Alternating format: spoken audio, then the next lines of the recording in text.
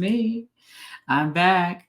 All right. So let's cut to the chase because I'm trying to keep these, when I'm not with a guest, I'm trying to keep it under an hour for you guys because I don't want to like drone on and on and on. And, the entertainment is having like a guest, right? So today I'm alone again, but I'm going to try to basically break down all of the inconsistencies and doubt that was presented in not only the testimony of the complainant, but of all the witnesses thereafter. So this is going to be part one, probably one of two parts for the complainant, and then a couple of parts here and there for maybe one part that just kind of combines all of the testimony of all the other witnesses that provided more than enough doubt for all of the charges that were presented. And just to give you an idea of exactly what I heard with my own ears, that was not necessarily published by mainstream media, or they just felt like didn't matter for whatever it was they were trying to convey in their articles. So today we are going to talk about, like I said, all the inconsistencies in the testimony of Grace Jabbari, and just to show you how wild this whole thing was. I personally cannot understand how. Look, I can go on for days about what I don't understand, but let's just get into the words ain't matching and the math ain't mathing. Okay, so we're going to start out with how the words don't match what eventually came to be, and then how the math just doesn't math in terms of what the timeline, the what she claims happened, when and how long she said certain things happened that did not actually happen in that time frame. So let's get started. All right, so this is the testimony and evidentiary red flags that provided, like I said, provided more than enough doubt for the jury to have come back with a complete not guilty verdict. Okay, I mean, I've been seeing a lot of people saying that, they split the baby. That is that's a term that is based on a biblical story about two women that fought over a baby. And basically the test of who actually loved the baby was based on which woman was willing to give the baby up versus which one was willing basically for the baby to die in order for her to have it. So the one that loved the baby was like, all right, take it. The one that just wanted the baby to say that it was hers said, well, cut it in half and then we can both have the baby. So that's pretty much where that saying comes from, without getting too deep into it and naming characters and the whole story behind it. But that's pretty much what the figure of speech came from. And so they essentially split the baby. They charged him and convicted him with the lesser of the four charges, two of the lesser of the four charges.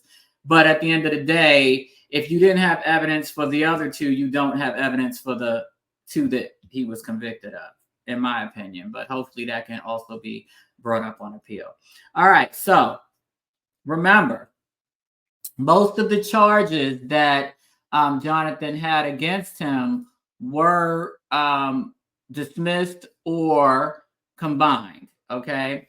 And so those charges, just to refresh your memory, there were, let's see, 1, 2, 3, 4, 5, 6, 7, 8 charges that were there. The assaults were combined into one, and then they left, the other 3. Okay, so counts 2 and 3. Counts 2 and 3 were, let me get you to that.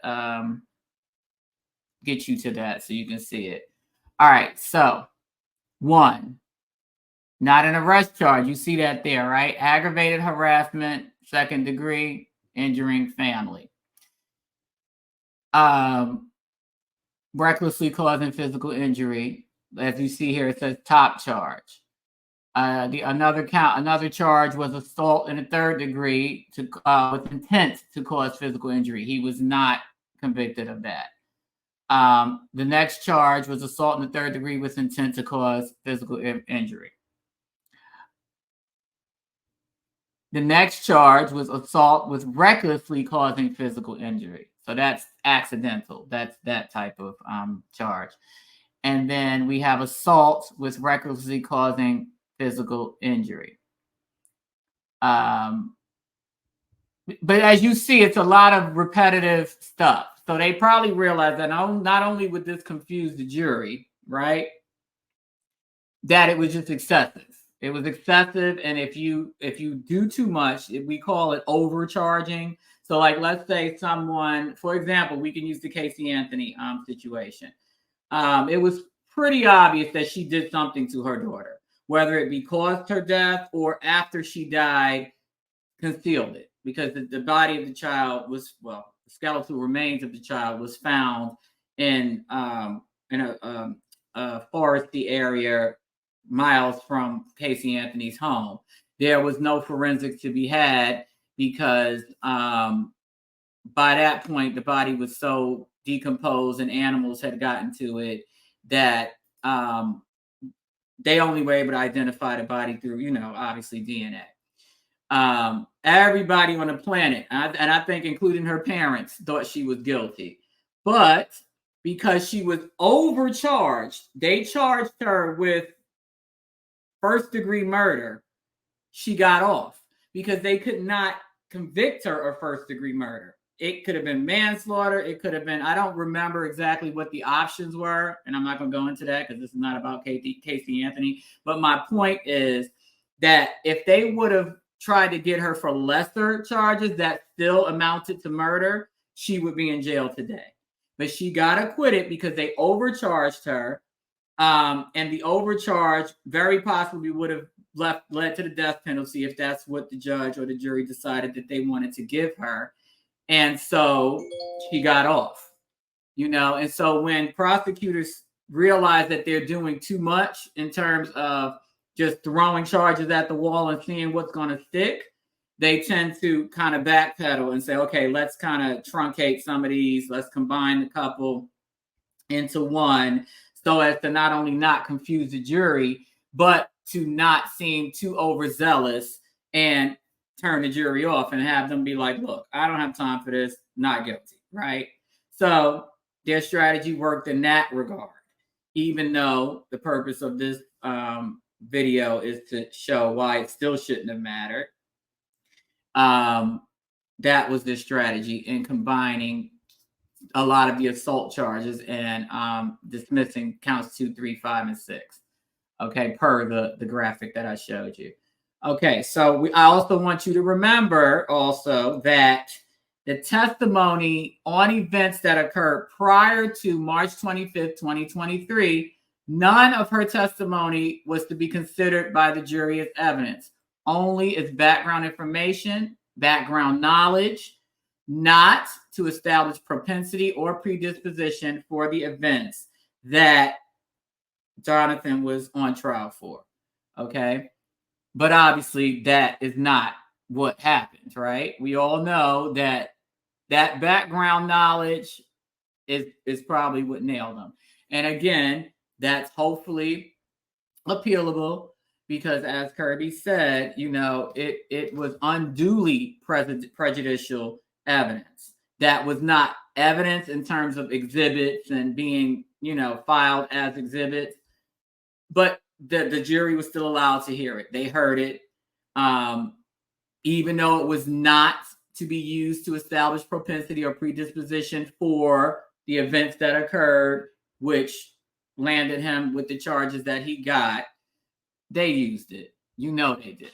Because if they just used what happened on March 25th, that's it. In addition to all the contradictory testimony related to that day, it would have been a full acquittal. Guaranteed. Had they not heard anything that occurred prior to March 25th, 2023, and only went with the evidence and testimony that was provided for just that day, he would have been acquitted. 100%. Okay. All right. So let's do the timeline here, because I don't know if it was of any consequence either way, because I feel like once you pass, let's say 6 to 8 months in a relationship, it's kind of serious at that point, regardless of the condition of the relationship or the quality of the relationship. Once you pass probably the 6-month mark where there's a consistent relationship occurring, where, there's consistency, there's, normalcy, everything is just, status quo, no gaps, no breakups in between, no, anything else, it's pretty serious, right? But fact still remains. She says that they were together for 2 years. In actuality, it was only 18 months. Okay, 2 years would have been August of this year, and she only made it to March. So that's, I guess it's significant enough to, if you want to, split hairs and downplay, a lot of what she claimed. And I mean, as a woman, I'm not going to sit here and just completely dismiss, how she may have felt or what she thought was going on, because we've all done it. We've all done it. Be it 6 months, 6 weeks, 6 years, depending on the messages we're receiving, we may take things a little more seriously than a man does. And that's just part of the gender. I think that's just what we do. But she says that, they talked of marriage, they talked of having children, he picked out a ring, they picked out names of their children. So I think that that's where having an accurate timeline will come into play, because you're like, geez, that was fast. Only not even 18 months at that point, you're already doing all that. So, I mean, I guess that is where you can kind of question the timeline. But other than that, I mean, it is what it is. It was a relationship. They were together from August 2021 until March 2023, give or take 18 months, right? Okay. So you guys see the graphic. I'm sure you've seen it. You've been seeing it since I've been running my mouth. But August 2021, they met on the Ant-Man set. He pursued her. That's all you need to know. All right. So everything clearly was, going good, chilling. Everybody's cool, nothing, remarkable occurred until June 2022. So that's almost a year in. All right. So at that point, they had a bit of a blowout. She says that there's a festival that she goes to every year with her friends in the UK. Jonathan was not in the UK. He was in the United States working. So she also testified that there were times where they would not see each other for 2 or 3 weeks at a time, because they're both working their respective, careers. He might be here, working. She might be over there working, whatever. So there would be gaps, 2 and 3 week gaps, where they wouldn't see each other. That was mentioned as I don't want to say a bone of contention, maybe just an issue, because obviously if you're in a relationship, long distance relationships are difficult to begin with, and then, you're adding on the fact that you're working crazy hours, you can see each other, but then you can't, because, obviously if I'm in the UK and you're in New Mexico or wherever you are filming, logistically it's difficult. Okay. So I get that. That's just obvious. That's a no-brainer. Anyone that's been in a long-distance relationship, even if you only lived an hour and a half away, you do know that, it's not that you can just pick up and see the person easily, without expending some type of effort. Okay, so this June 2022 situation, something she's always done. Apparently, she did it in June 2021, but they weren't together at that time. So this particular date was the first time they were together in a relationship, and she went to this event. She says that she let him know ahead of time that she wouldn't have any cell phone service and that it would be spotty, going in and out, yada, yada, yada. She did testify that at one point, I think after she claims he got upset, at one point she used the phone of a mutual friend of theirs that she had run into at the festival just to prove that she was where she said she was. And she said they took a selfie, yada, yada, yada. She was saying all this to basically build the momentum for trying to say that he was controlling, and he got upset, and he basically demanded that she can't come home. And she claims that she did eventually come home, cut her trip short and come home. This was all trying to build a case for his being controlling, his emotional abuse, his basically wanting her to always be there at every moment of the day. This is what she's claiming. Okay. I don't know. I'm not going to sit here and, try to speculate on how true any of that was, because I wasn't there. None of us were, right? Excuse me. I'm trying to fix my shirt. None of us were there. And then B, perception is reality, right? The way you perceive something is not necessarily how someone else is going to perceive it. That's your reality. That's your truth. And that's part of why I don't like that his, her, my, they, their truth. Because at the end of the day, there's only one truth, and that's the truth. You can't customize it based on how you feel or how you perceive the world. And I think that's very problematic today as a society, because we're almost encouraging people to live in their truth, even if that means a completely distorted view of what actually happened, right?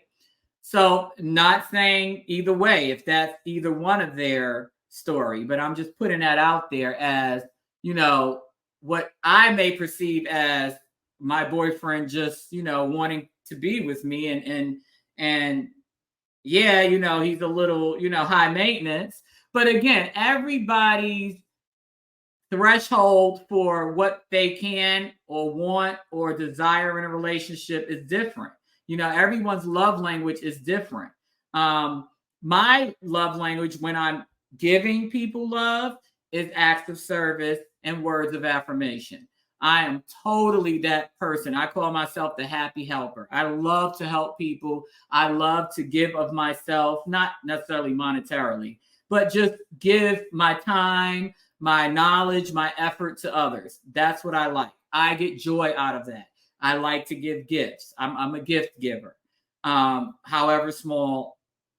I also like to encourage people. So that's where the words of affirmation comes in. I also call myself the great motivator, because I love to motivate people. Whether or not they listen, that's on them.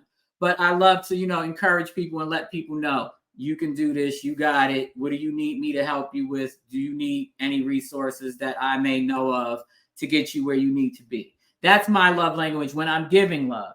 I don't like that in receiving, because I don't need that as a recipient. I don't need you to tell me I'm this, I'm that. I don't need you to encourage me. I'm pretty self-motivated. I don't need you to do things for me. I'm okay with doing things for myself. If I need help, I'll ask, but I don't need to be constantly done for, right? So, but in receiving, I like quality time and physical touch. So I'm saying that to say, if your love language is quality time and physical touch, which seems to be, based on her testimony, what Jonathan was trying to convey to her in several different instances, and we'll get to that later, that can be construed, if that's not your thing, or if you're not keen to what love languages are, or you don't even know what they are, you just, exist however you are, that can be perceived as controlling, high maintenance, needy, so whereas that's cool for me, it might not have been cool for her. Maybe that's not her love language. She seems that hers was acts of service and words of affirmation, because she testified that she was kind of his cheerleader. Whenever he would get upset, she would kind of talk him down. She claims that she felt responsible for him, responsible for his triggers, responsible for his emotions. So I don't know. Maybe that's her love language and she didn't understand that that's what that was. But again, if you're thinking through the lens or looking through the lens of love languages, you know, she may perceive that because she's not self-aware or aware of that. She may perceive that as, you know, having to be responsible for someone else's feelings, when in actuality, that's a choice you make. You know, you don't have to do that. But if that's the type of person you are, you know, like I said, I'm that type of person where not necessarily where I feel responsible for people's feelings, their triggers, their emotions, but I do like to help people. So my natural inclination would be, it obviously within reason. I'm not helping everybody. You know, some people, you can't care more about people than they do about themselves. So let me clarify that.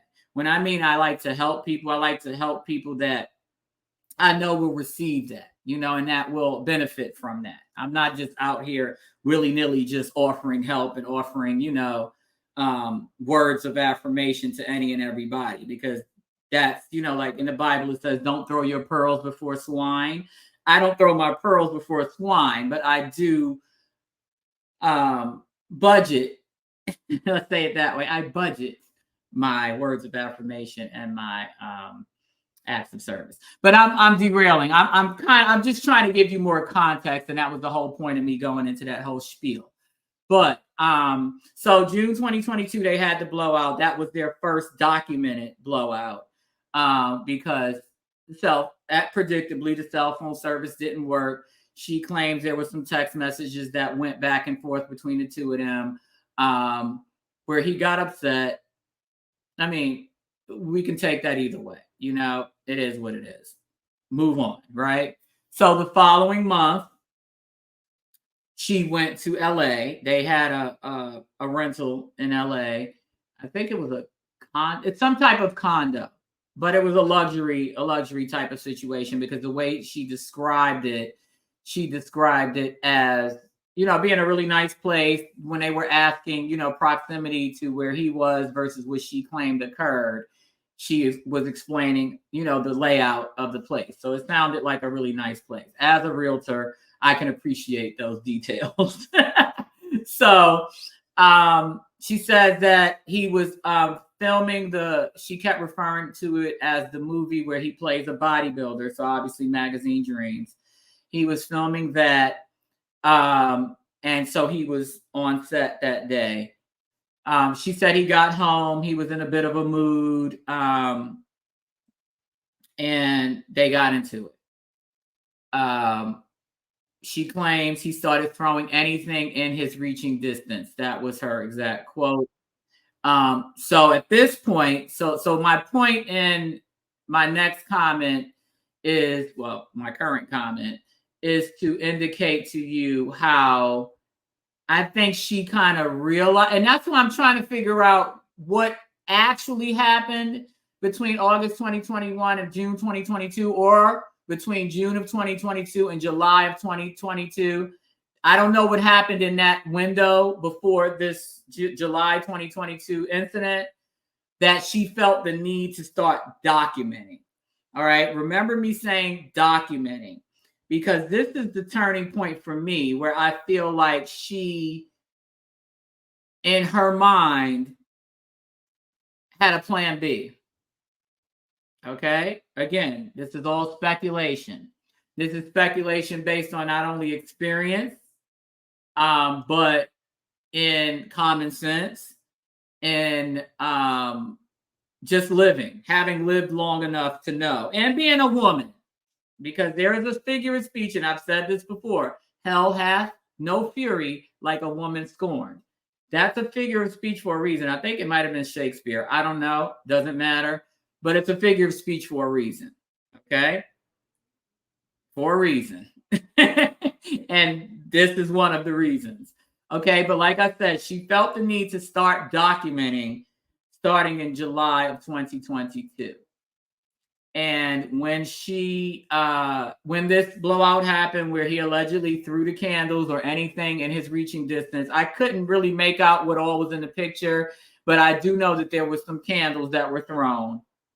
She took a still photograph of this, no video, no audio.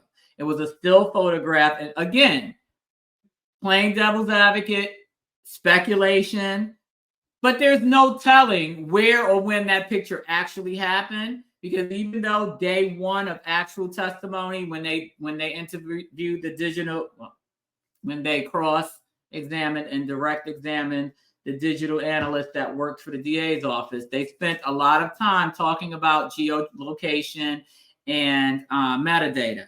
And as you know, anybody that owns a late model iPhone, that thing, don't commit any crimes, because that thing will get you down to the model of your phone, which camera was working, probably your fingerprints. So that's metadata. It's basically date, time, location, the model of the phone, all that information. You can swipe on any given picture in your photo gallery and get all that information, videos, pictures, anything that's in your gallery, that you took with your phone, like a picture that you took with your phone. If you hit information, I'm trying to find a picture that I have in my phone that I did not do anything to, that I just took the picture and left it. So that you can get an idea. I mean, I'm sure most of you already know this, but just so you know, in case you end up in this kind of situation, there is metadata. So if there's a little eye underneath each picture. So if you look at the this is not a great picture of me, but if you look at the metadata on this picture, you probably can't see it clear enough. But if you hit that eye, you can see everything. Where I took the picture, what camera I use. It says I use the front camera. What phone model? iPhone 13 Pro Max. This is an upgrade. I have the 15 now. You can see all the exposure information, everything, where I took it. So basically where I live, the date, the time, that's all metadata. Okay. That particular picture that she showed, they didn't explore metadata. So that's why I went into all that, is because they did not explore metadata to where we could say date, time, location of the picture that was taken. Again, plain devil's advocate, speculation. For all I know, she did that herself, took the picture. But we're going to say Jonathan did it. So that was her first documentation, July 2022. So, we have a gap in time. We fast forward to September 2022. So this is the incident where the Obama King conversation happened, where where he kicks her out of the house, throws all her stuff out, throws her stuff down and out, basically telling her to leave. Claims that he took her AirPod and threw it to the ground and broke it. So the incident will refresh your memories. Again, he's still filming Magazine Dreams, but now they're in the UK. They get a nice place. She said it's the nicest place she's ever lived in. He's at work this day. It's a Saturday. And she decides, okay, well, I'm here chilling, nothing to do. He's at work. I'm going to invite my friend. She has a friend named Grace as well. Invite my friend over to see this beautiful, magnificent place that we got and show her around. So she does that. She invites Grace over, shows her around. And then this area that they're living in, it's walkable. So they're it's in Hempstead, London, North London. So I'm not really familiar with that. I've been to London. I don't really know where that is, but clearly it's a walkable area. So there's a pub in this walkable area. So she and Grace walk to this pub. She claims that they, did it to catch up, gave her the tour, had a few drinks, had a few glasses of wine for 4 hours. I'm not a drinker. I'm bordering on a teetotaler, honestly. I have drinks. I will drink socially. I'm more of a smoothie girl, as my friends call it. I'll do a pina colada. I'll do, I do like flavored tequila, but I can only do like this much. I'm not a drinker. If I drink wine, this much, and I'll be knocked out. Like, I'm not a drinker. So for me, one glass of wine would be enough for me. One pina colada would be enough for me. I absolutely know for a fact that I could not drink for 4 hours straight. It's just not physiologically possible for me, nor is it in terms of what I like. I don't really like the taste of alcohol unless it has some kind of flavor or sweetness to it. And even then, I babysit the drink. Like I said, it could take me an hour just to finish a pina colada, and then I'm good. Like, I'm good to go. So to me, 4 hours is more than a few drinks, because the average person can drink a lot in 4 hours. I cannot. Again, I cannot. But the average person that does drink, that's not necessarily an alcoholic, but they can drink. Like, they can have a few drinks and still feel fine, still drive, still pass a breathalyzer. 4 hours is a long time.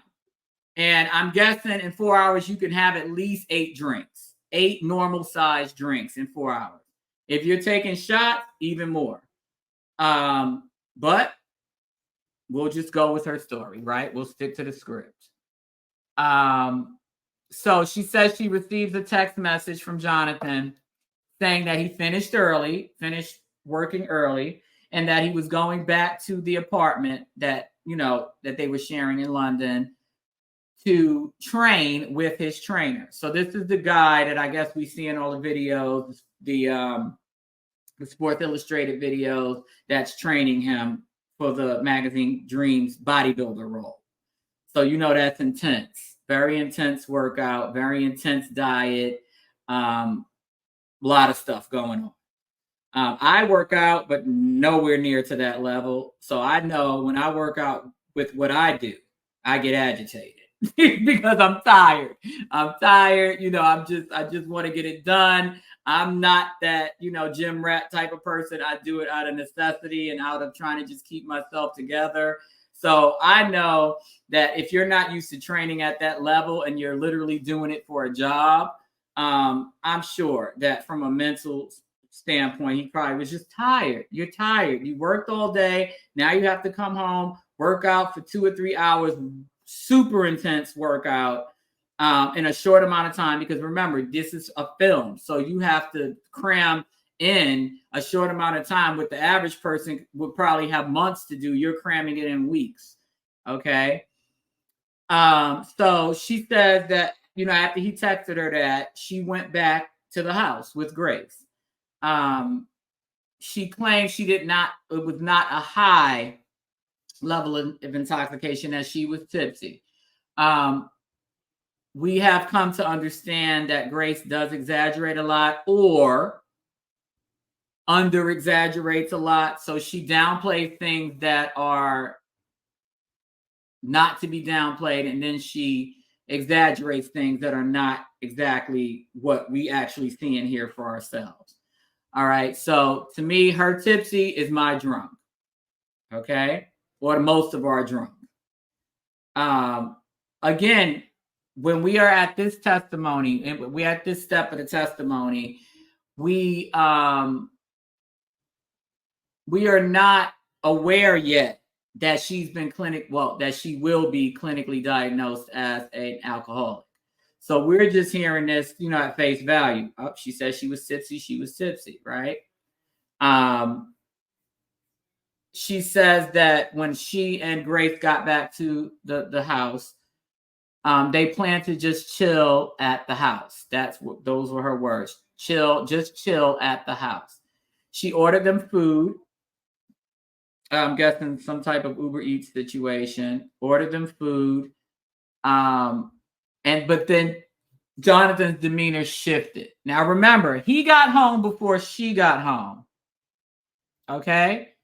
So when she got home, he had already been there with his trainer, doing whatever he's doing. She gets home, she's tipsy. Again, we don't yet know that she will ultimately be diagnosed as an alcoholic, but it is brought up during this same timeline of testimony on cross that her drinking was an issue. It was a bone of contention with him. It was even brought up that it was a huge issue with her parents. That was objected to and sustained, but we heard it and it was like, oh, okay. So this is why he's upset. Again, putting myself in his shoes. I'm not a drinker. I'm a social drinker. I might have an alcoholic beverage, no lie, 4 times a year. Definitely New Year's Eve, this much champagne. If I go, God, I don't even know, because not even then. If I maybe have a party at my house or go to a party at someone's house and they have a pina colada, a normal size pina colada, which is probably about 8 ounces, right? I don't drink. I don't have friends that drink a lot for that reason, because we wouldn't be compatible. If you're out getting plastered, I'm not going to always be the designated driver, right? And I just don't, that's just not my lifestyle. I don't smoke. I don't drink. I've never smoked in my life, anything, ever. So I'm a total square. So again, anybody that I'm friends with, anybody that like really friends with, that I go places with, travel with, hang out with, we're typically all the same. We pretty much have the same lifestyle. So that being said, if I'm with someone in a relationship and I'm not a drinker, I'm not a smoker, and that's what you do, that's going to annoy me. Or if we've had discussions that, okay, you drink, you smoke, let's try to, work on that. I'm willing to work on that with you, especially if you're willing to work on that. And then you're consistently still doing the thing that I'm telling you, I'm not cool with, and might very well be a condition of me staying with you. And clearly, if I'm into fitness and my job requires me to be physically fit, definitely not. My mood would shift too. If I've been working all day, then I have to come home and work some more, because now I'm actually training for the role that I've been working at all day. And here you come stumbling in with someone that I did not expect to be in my house, because that's another thing. I do not like unexpected guests. So Jonathan, just say it. You're a 55-year-old man. It's all good. Now, the more I'm thinking about it, the more grandma I'm sounding. But I don't like unexpected guests. Don't just show up at my house. Don't bring people to my house, because I'm not super social. I'm probably what they call an ambivert. So I'm more introverted than I am extroverted. And so I have to mentally prepare for a lot of interaction, a lot of talking, a lot of, and then once I do all that, I need to just chill. I need to take naps. I need to have about a week to myself where I don't have to call, talk to, visit anybody, right? So like tonight, I have to go to a birthday party at a ale house. And yeah, which is why I actually combed my hair today-ish. And I'm already like, oh my God, I got to do this. I'm already planning my escape. Let's just put it that way. So a lot of people are like that. And I think the more we get into social media, the more people will become like that. That's just, that's just how it is, right? So, it is what it is. Okay. So I can't judge him either way for that. But she did say that his demeanor shifted. And he became cold to everyone. Those were her words. And that he was getting a bit snippy. Okay. He worked all day. So this is what I'm trying to give context. I'm not, defending anyone going overboard. But at the same time, I'm empathizing, because being the same type of person, I totally get it. And again, everybody's perception is different. My getting snippy to me might be nasty to you. Everybody's threshold for what's rude, what's scary, what's disrespectful is different. And that's why they're called triggers, right? They're called triggers because everybody's idea of what a trigger is different. So I can't say, maybe she's just really sensitive, or she's saying what she's saying because now she's testifying. And so we have to, lay it on thick in order to make the point we're trying to make. But personally, when I worked a regular job, like a 9-to-5 job where, I had to get there by, let's say 7, and I didn't get out till 4 or 5 o'clock, drive home, the commute alone is enough to make you lose it. Then you have, you have to get home, you have to decompress, take your clothes off, take a shower, whatever it is that you do with your routine, which is another reason why I don't like people just popping up on me, because I have a routine, especially on a work day, where I want to just come home and just chill. I don't want to see anybody outside of who lives in my home. I don't want to talk to anybody outside of who I'm expecting to be in my home when I get there. And a lot of people, I venture to say the majority of Americans are like that. So to me, I don't really take anything from it other than maybe she's just super sensitive, or she's trying to, make the point that, he just has this, he just got really upset. She says that she knew that from his mood that by the time the food came, she should have her friend and the trainer just take their food to go. So that's what they did. They took their food to go.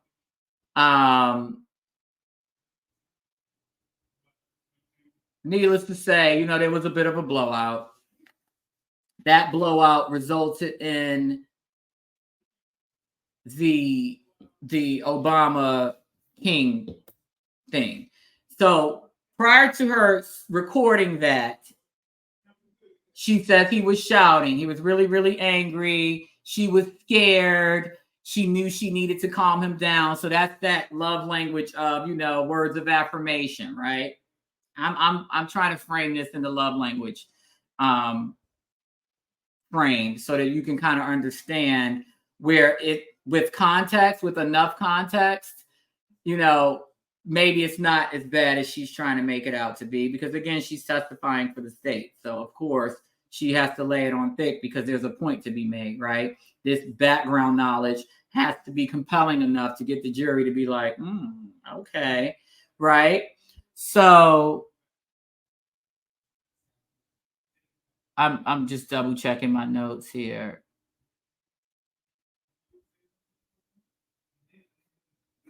So so she's like I said, he had the shift in the temper. This is when she mentions him calling himself a monster. So remember, those text messages that came out where he called himself a monster was after this whole situation where she came home tipsy with her friend. Okay.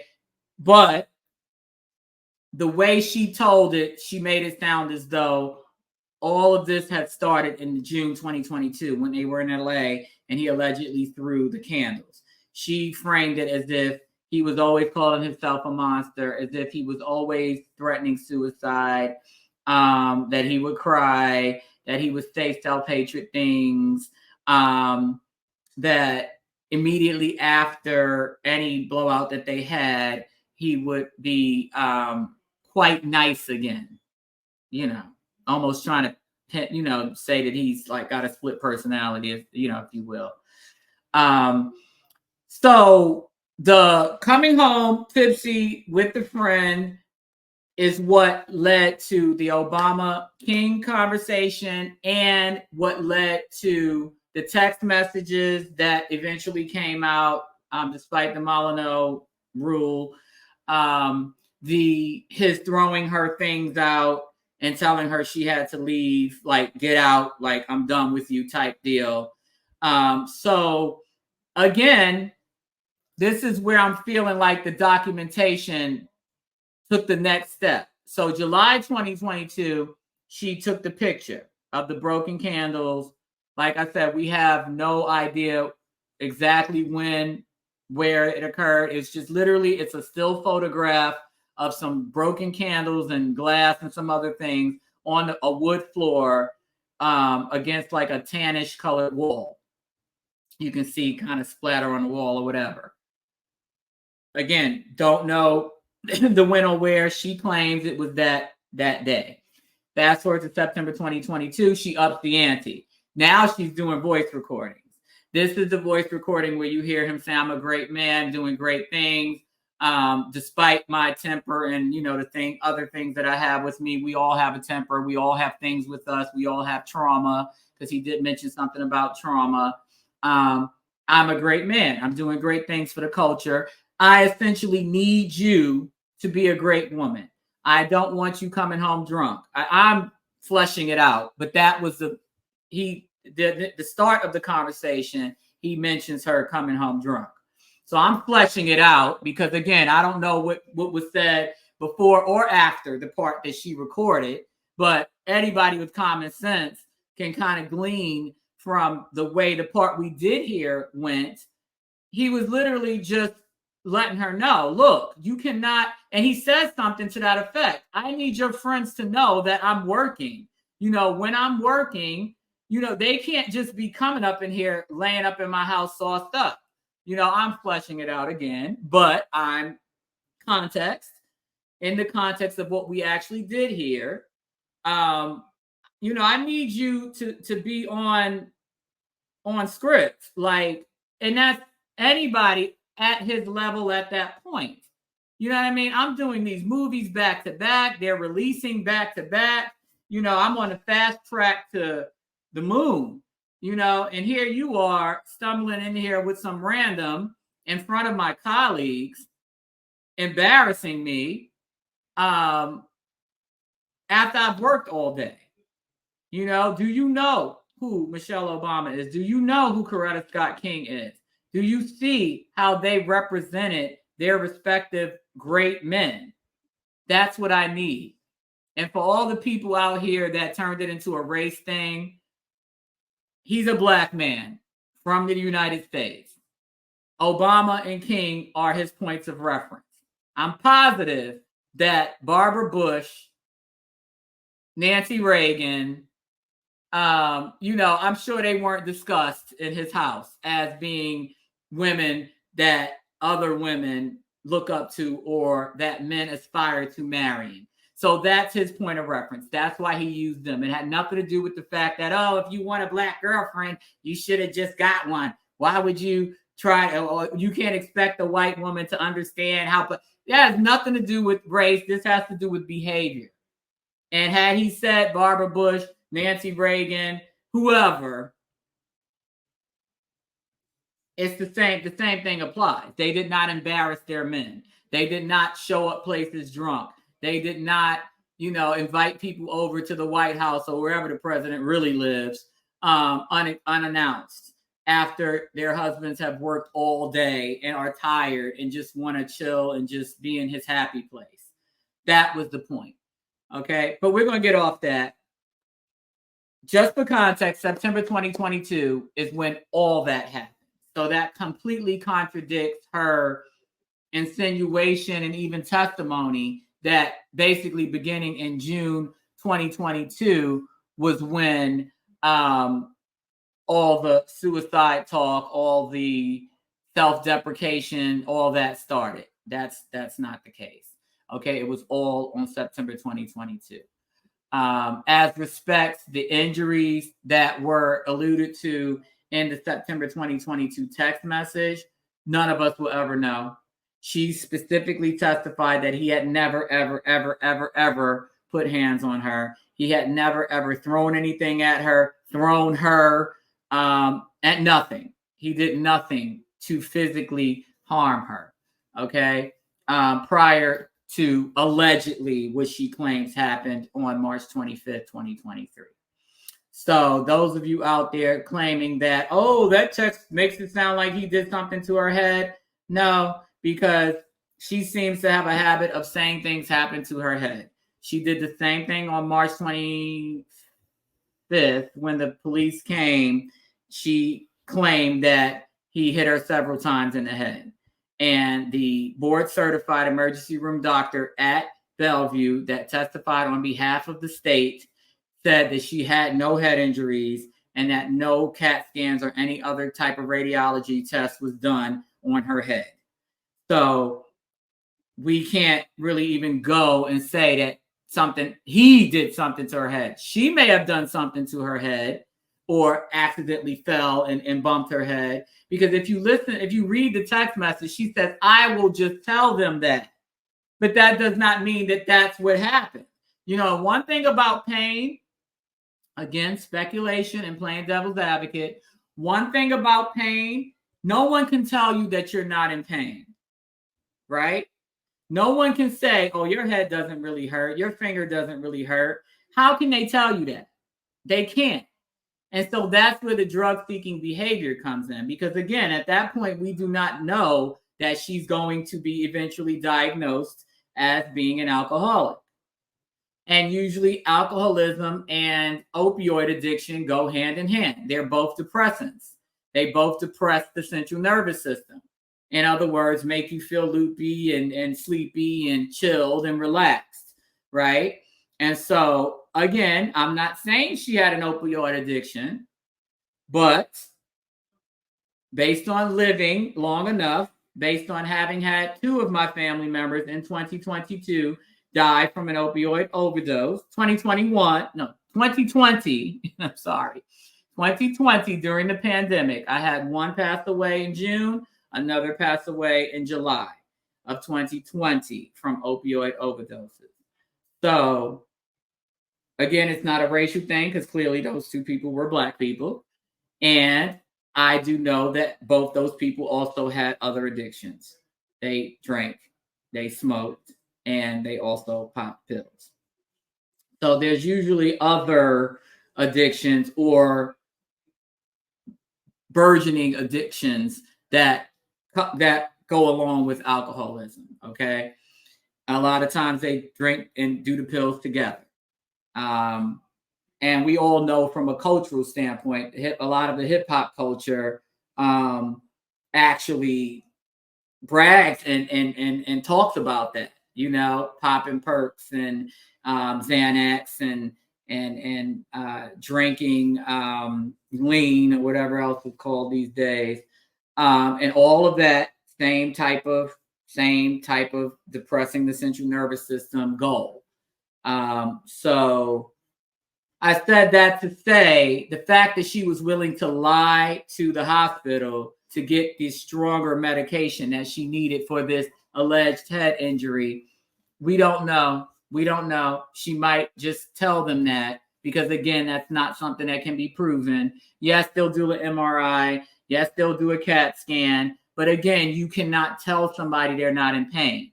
That's why there's a new thing called fibromyalgia, because it's literally unspecific pain that cannot be pinpointed.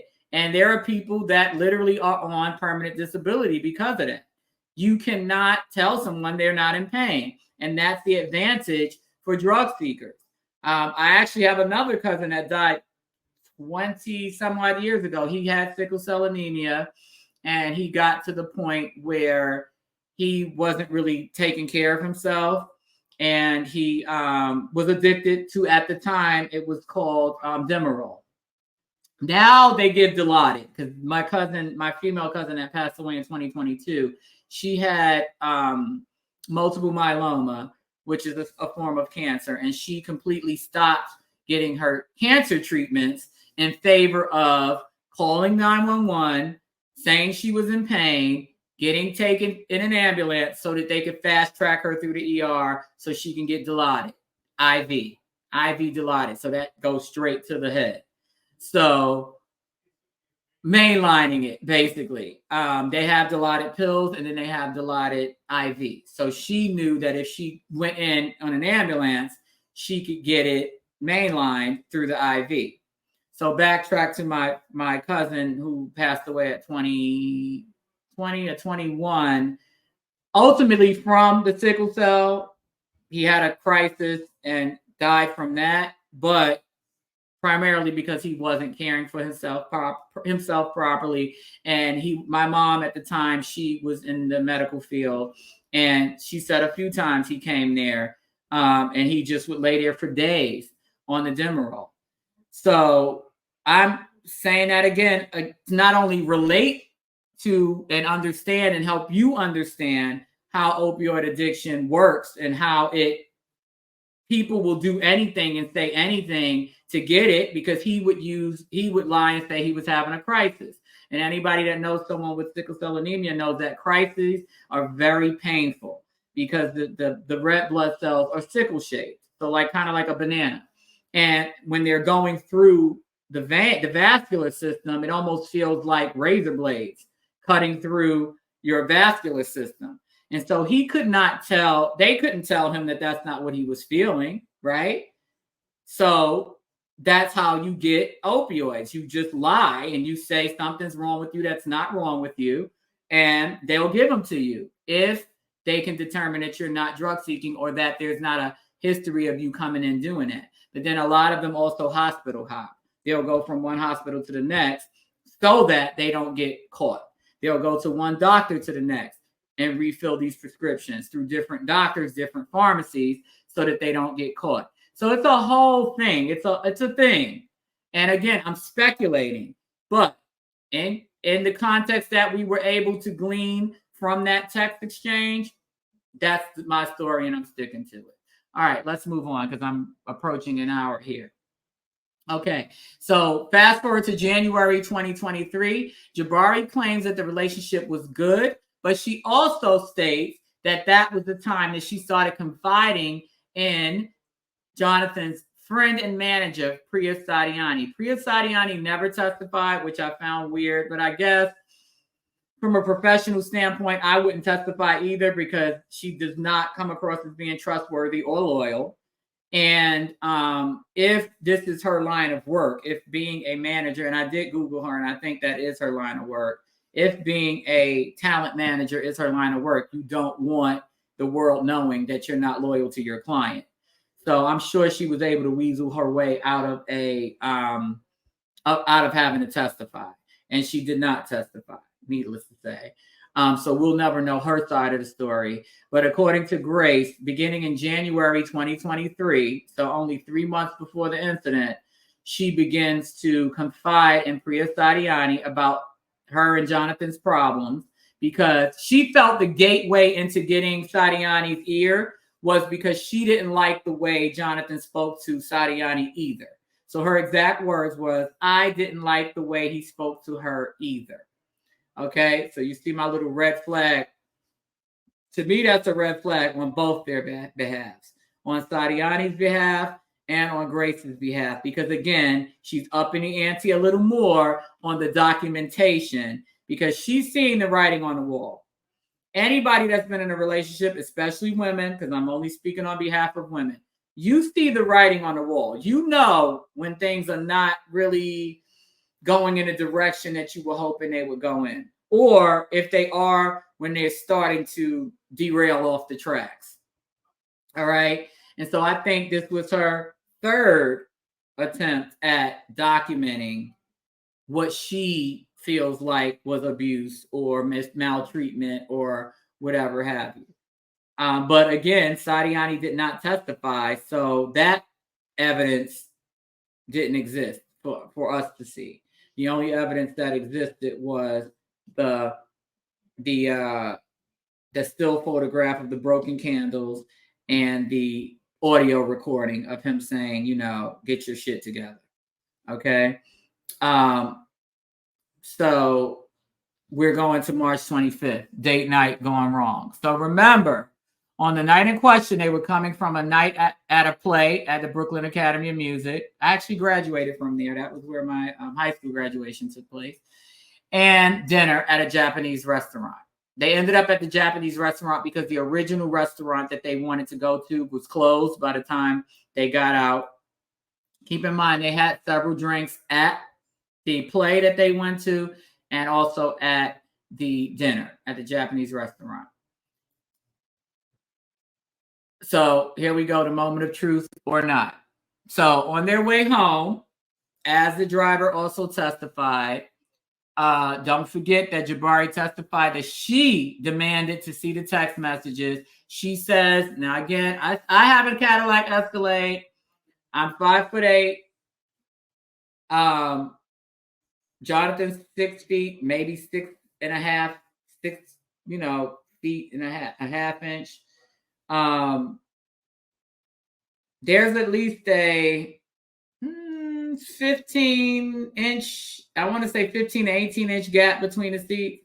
She says she's 5'6", 5'7", big gap. So she claims she was laying on his shoulder over that big gap, because the gap is big enough to actually fit another seat, but it's open because it's a pathway to the back row. That's how you get to the back row in an Escalade. You have to cut through in between the two bucket seats in the center.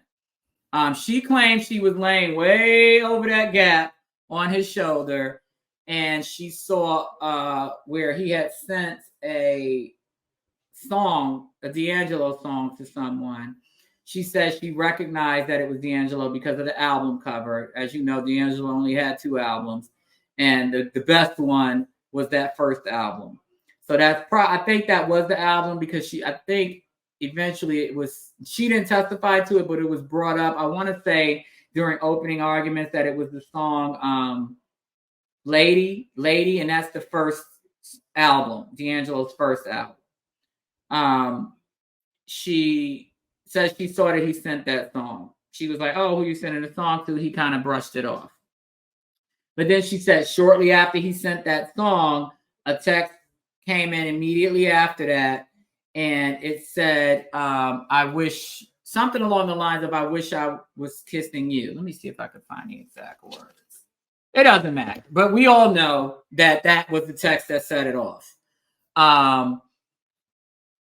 I wish to be here kissing you. That came from the person that Jonathan texted. He did not send that text message, as it was earlier reported at some point that he was the one sending the message. He was the recipient of that message from someone named Cleopatra.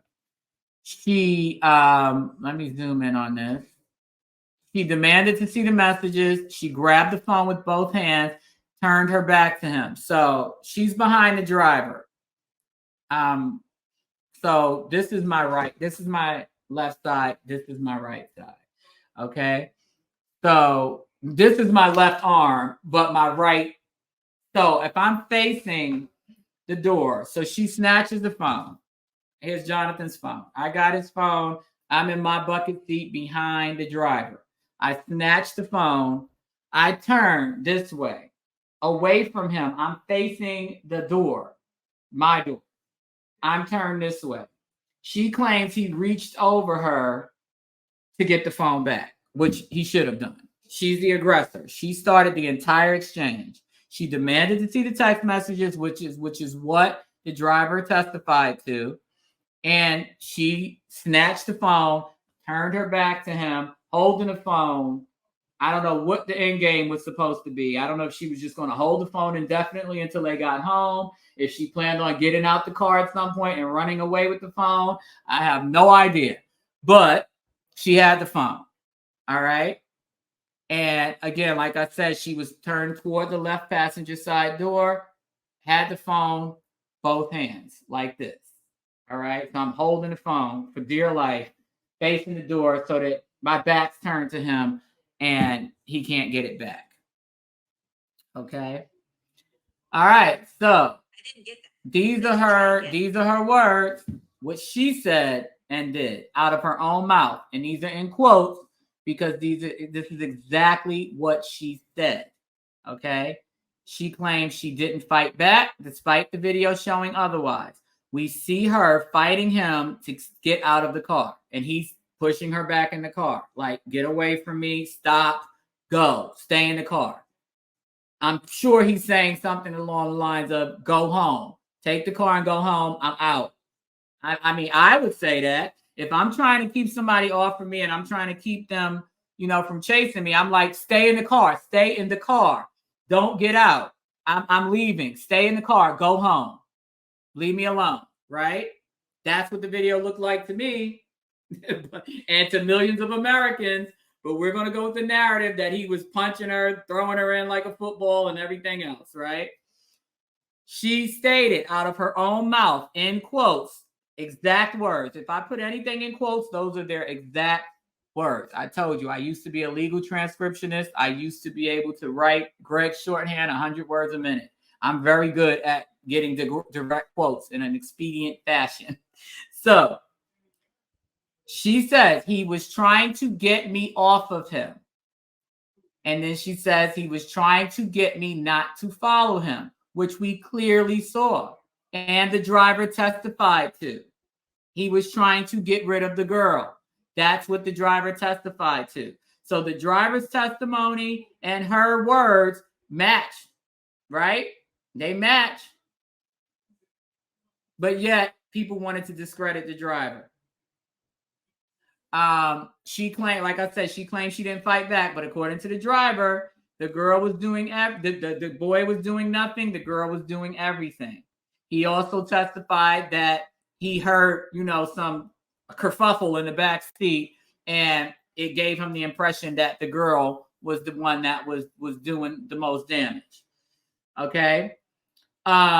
At the point where you see them both get out the car and he yanks away and she starts running behind him, she admitted to chasing him, in her exact words, probably a couple of minutes. Yeah, we saw that too.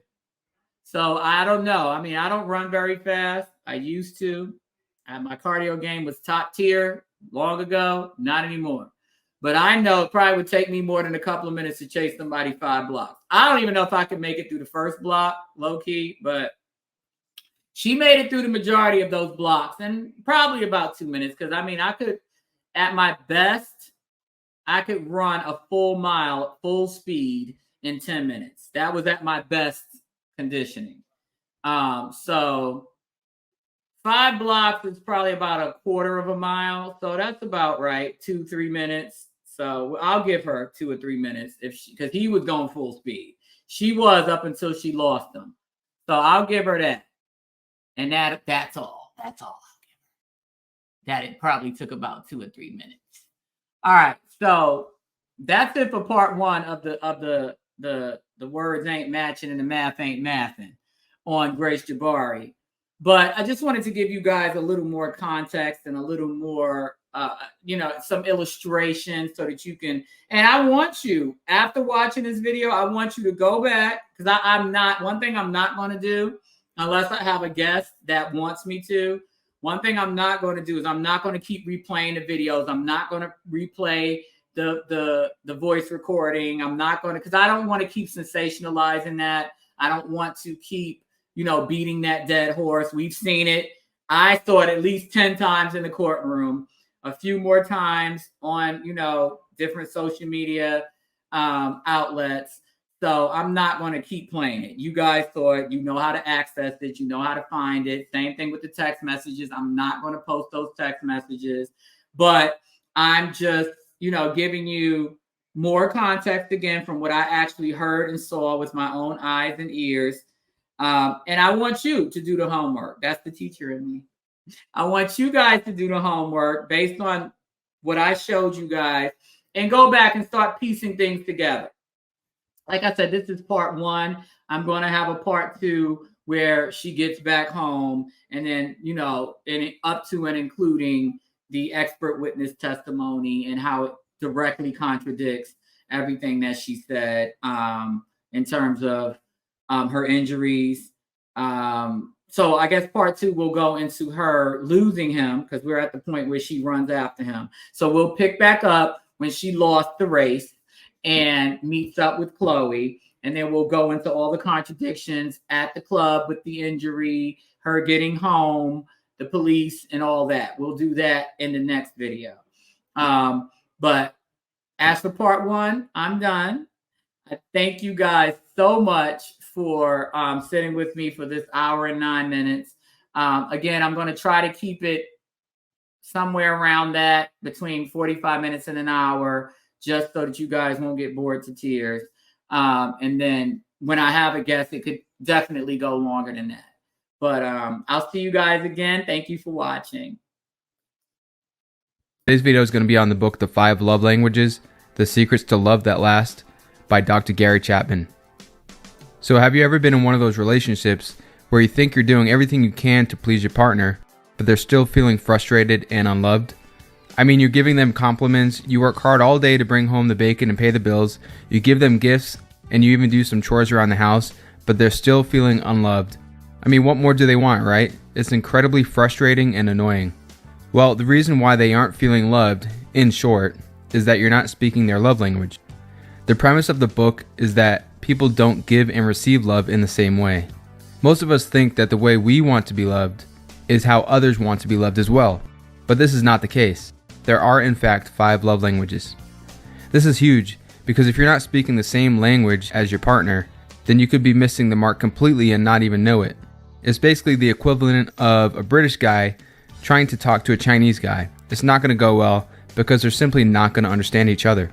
If you're going to have a strong relationship, you have to know how you and your partner both give and receive love. The 5 love languages are words of affirmation, quality time, receiving gifts, acts of service, and physical touch. Let's go through each one a little deeper. Words of affirmation. Do you like hearing I love you or compliments or meaningful words above all else? Are insults especially detrimental to your relationship? If so, then this is probably your love language. If you discover that this is your partner's love language, make sure you give them genuine compliments and tell them you appreciate them often. The second love language is quality time. Do you value full and undivided attention above all else? One-on-one time with the TV off, the cell phone put away, and no distraction is what makes this type of person feel loved the most. Canceled or postponed dates and failure to listen are especially hurtful to this type. If this is your partner's love language, learn to listen better, make eye contact more, and spend more time with them instead of at the office or glued to your cell phone. Ask them what they'd like to do with you, and then schedule a date to do it. Don't assume what they like to do with you, ask. The third love language is receiving gifts. Sure, we all like getting gifts, but this type of person loves receiving gifts above all else. Gifts to this type of person mean everything because it shows the love, thought, and effort that went into the gift. I'm not talking about materialistic or the cost of the object, but the thought behind it. Missed birthdays, anniversaries, and thoughtless gifts tear this type of person apart. The cost doesn't matter, it's the thought. It can be as simple as a card or some picked flowers or a note saying that you love their eyes. The fourth language is acts of service. Chores around the house or errands that ease the burden of responsibility are the loving characteristics of this love language.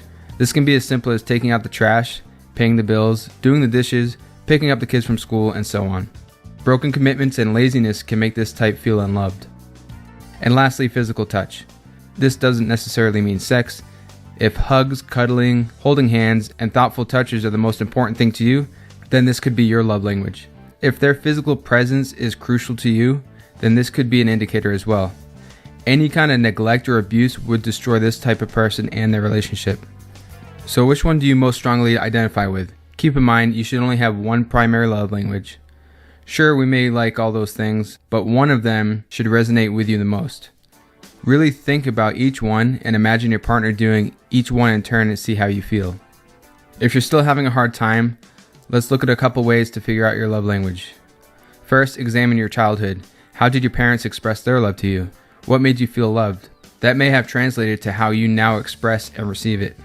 Another way is to ask, what's your first instinct when you want to show someone you love them? Trust your instinct. And the third way is to look at how you've been hurt deeply in the past. What hurt the most? Exploring that can help shed light on what your love language is. If you still don't know, go take the quiz over at 5lovelanguages.com. Now that you know your love language, think about these love languages from your partner's perspective. Can you identify their love language? I highly suggest you ask them to take the quiz instead of assuming what it is. Remember, what we think is an act of love may not be seen that way by your wife, your husband, or your partner. It really is vital that we learn and understand their love language if we want to make them feel loved. So, find your partner's love language and speak it. Do something special once a week to fill up what Dr. Chapman calls their love tank. Your love tank is like the gas tank in a car. You want to fill it up and keep it full. When your tank is full, your love life will be at its best, and a full tank can keep you going through trying times and relationship difficulties. If you're not consistently filling up the tank, you'll be running on fumes and eventually you'll burn out. Now, if your relationship's already running on fumes, then it'll take a while for the love tank to get full, so keep at it, keep speaking their love language, and over time, your relationship will start going in the right direction. And another big takeaway from the book, Dr. Chapman explains that love is a choice. It's something that you can control. It's a feeling, and even if you lose some of those feelings over the course of a marriage or any other long-term relationship, you can choose to do the actions first, and the feelings of love will follow. This sounds a little counterintuitive, but it works. So that's it, guys. Quick recap. First, you need to find out what your own love language is. It could be words of affirmation, quality time, receiving gifts, acts of service, or physical touch. And then find out what your partner's love language is. Don't assume what it is, talk to them about it. Then make a commitment to do something special each week, something that ties into their primary love language. Alright, I hope you enjoyed the video. If you did, please like and subscribe. And feel free to check out some of my other videos. Thanks, guys.